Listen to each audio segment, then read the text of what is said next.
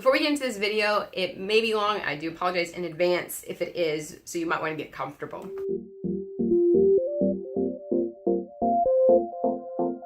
Hi everyone, and welcome back to my channel. My name is Tashi, and you are probably interested if you're watching this video based on the title. I'm going to do a little disclaimer before I get into this video. If I find that anyone leaves any type of comment that I do not appreciate, it will be deleted. I am just sharing my personal experience with my health, what I have gone through in my personal life, and the choices that I've made to kind of just be open with you guys, be transparent, as well as this could be something that someone out there really needs just a little bit of encouragement for. If you feel like you need to tell me how my decision was wrong or how I could have done it better, it will be deleted. So I just want to let you guys know, I'm not asking for justification. I'm not asking for your approval. I'm just sharing with you my life experiences. If you have any questions, feel more than free to leave them down below or anything like that. And if you do disagree with me, that is okay, but do not blast it down below because I'm just not going to tolerate. On August 6th, 2012, I had the Roux-en-Y surgery. Now, if you are not familiar with gastric bypass, there are different ones people are aware of. There's the sleeve, there's the band, and there's the Roux-en-Y.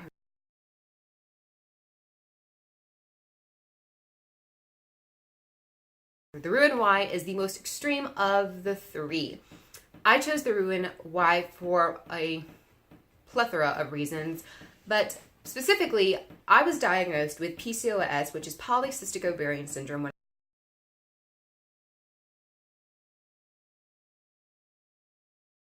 I was 9 years of age. And with that comes a lot of hormonal things as well as weight gain. My family had tried everything: Atkins diet, LA weight loss, Weight Watchers. I mean, we went from extremes of buying whole grains when that was like the big fad and milling it ourselves, making everything from scratch from at home, you know, paleo diet, everything you can probably think of. We tried it in a different manner and nothing was working to get my hormones regulated as well as to combat the excessive weight gain from polycystic ovarian syndrome. So when I got older, the only prescribed medications were metformin. They put me on a testosterone blocker, and then I had thyroid medicine, which is different. But there was nothing they said that they could do to help me. And they were like, you just need to lose weight. Well, even going to an endocrinologist, they were like, yes, you need to lose weight, but your body is fighting you in losing weight. You can do all the right things. You can do everything right, but you will never be guaranteed of the outcome that you want. I did everything right, and at times I did not. I will be honest, it was not like I was perfect, because I'm not perfect. But when you've tried so many things and done it, stuck to the plan, and it's not worked, it's very frustrating. And when your body fights you and you don't understand, that's even more frustrating, coming from a very, very healthy, active child to at 9 years old being diagnosed, and then all the way up, even in high school, still being active. I mean, playing volleyball, being very active, doing ice skating, Irish dancing, hula. I was active, and having a lot of weight gain as well as health problems. It's a lot for anyone to take. Well, we found that there could be a solution through gastric bypass.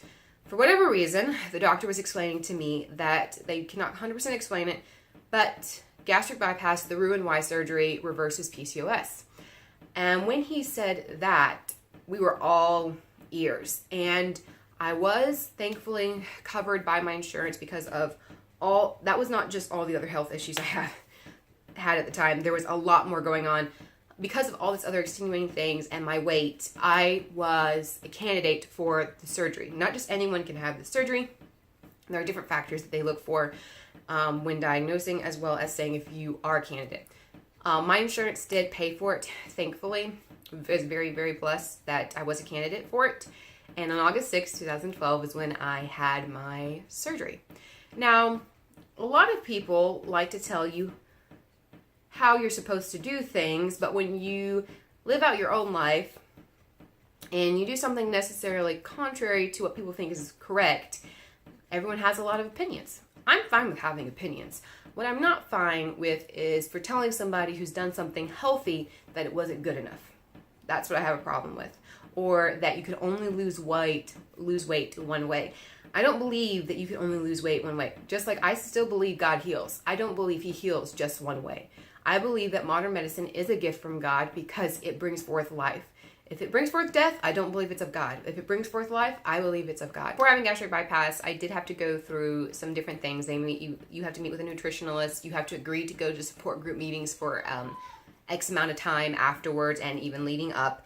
You also then have to agree to change your lifestyle. You then also have to agree to, I think you have, it's like a psych evaluation, just making sure that you're mentally ready because this is a lot. Normally overweight, not only when your body's fighting you, it is a showing of what's happening internally. And when you have gastric bypass, all the ways that you used to be able to cope with food, you can no longer cope with the same way. And when you hit that reality right after surgery, oh my gosh, is that a lot to deal with, especially the emotional part. That is a lot to deal with because you didn't realize how much you used food to cope or to, medicate yourself. And then afterwards, you're like, oh, I can't medicate myself. I had to deal with this problem, which is not always fun, but it's worth it in the long run. God healed me through gastric bypass. It was not the way that I would have necessarily chosen, but it was the way that I needed. Gastric bypass is a very humbling experience if you've never gone through it. Basically, you have to be honest and look yourself in the face and say, I can't do this. I need help. Will you help me? And then you're going to have to listen to what other people have to say to an extent and bow down and be like, the way that I was doing things is not working. And that is sometimes very hard to lay down your pride and be like, I can have done it better. I can do it myself. I don't need anybody. But I need people and I needed help. And gastric bypass was the help that I needed. I am 5 years post-op and I am doing great. I have not regained any of the weight that I have lost. I have plateaued, which has been frustrating because it's not at the weight that I want to be. But I'm very, very, very thankful for where I am. And I felt like another part of me just sharing my story with you guys would also help me to look back and remember how God has brought me through and to see the amazing grace in my own life with the choices and with just how much progress I have made. Because sometimes, more often than not, I forget where I started and where I am now and all those little steps that it took to get me to where I am today.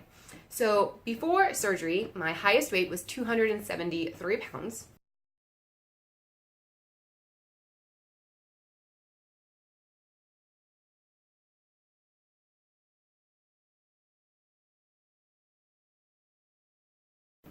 And now after surgery, I'm currently about 190 pounds and I can fluctuate between 187 and 190. For whatever reason, my body is very, very comfortable there.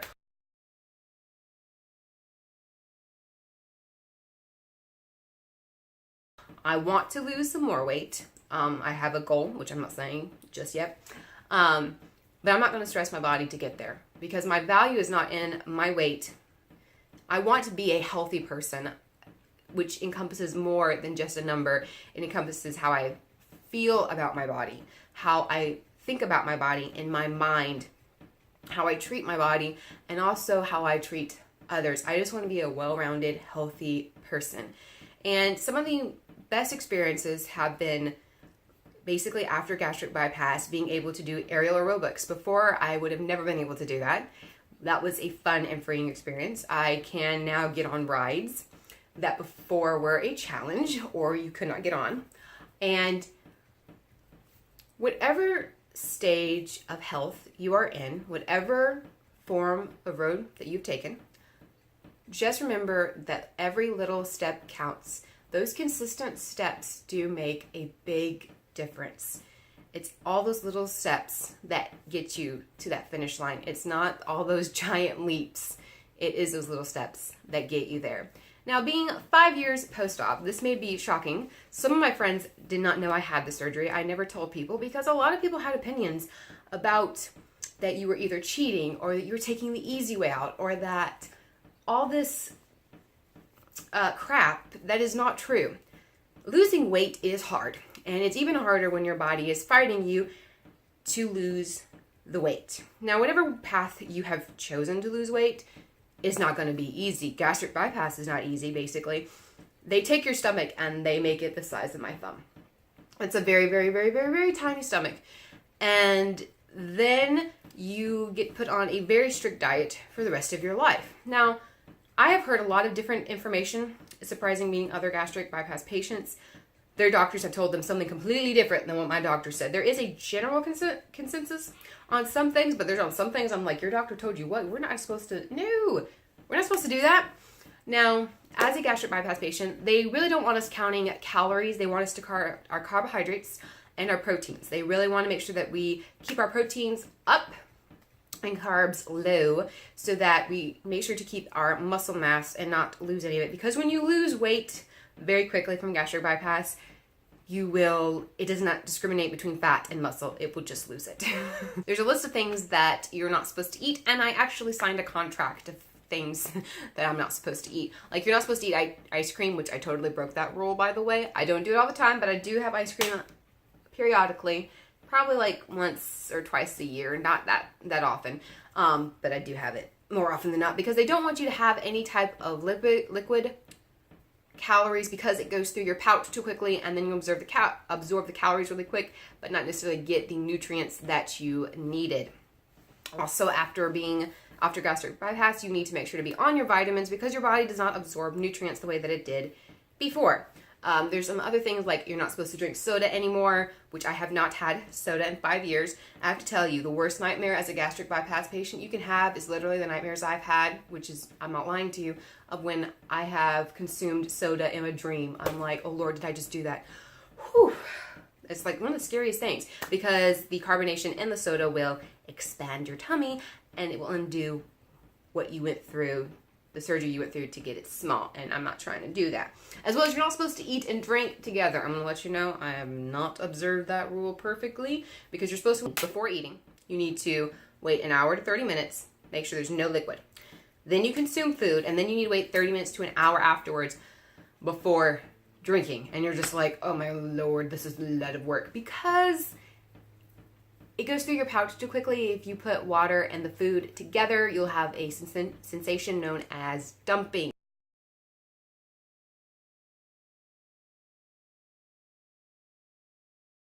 Now, people have different dumping syndromes, and each one's different. Some have bathroom issues. Some of them feel like you are about to die, depending on what you ate, and that is not an exaggeration. Like when I have a dumping, depending on certain foods that I eat, my body does not like certain combinations. I will have to go lay down in a very dark place because my heart will start doing this, like fluttering, and I will get tired and weak, and it's not good. As a gastro patient, you will know right away if you can tolerate something or you cannot. Some gastro patients can tolerate a lot, some cannot tolerate anything. And I'm a person that's kind of in the middle. There's some foods, like I can have cookies. I can have cookies.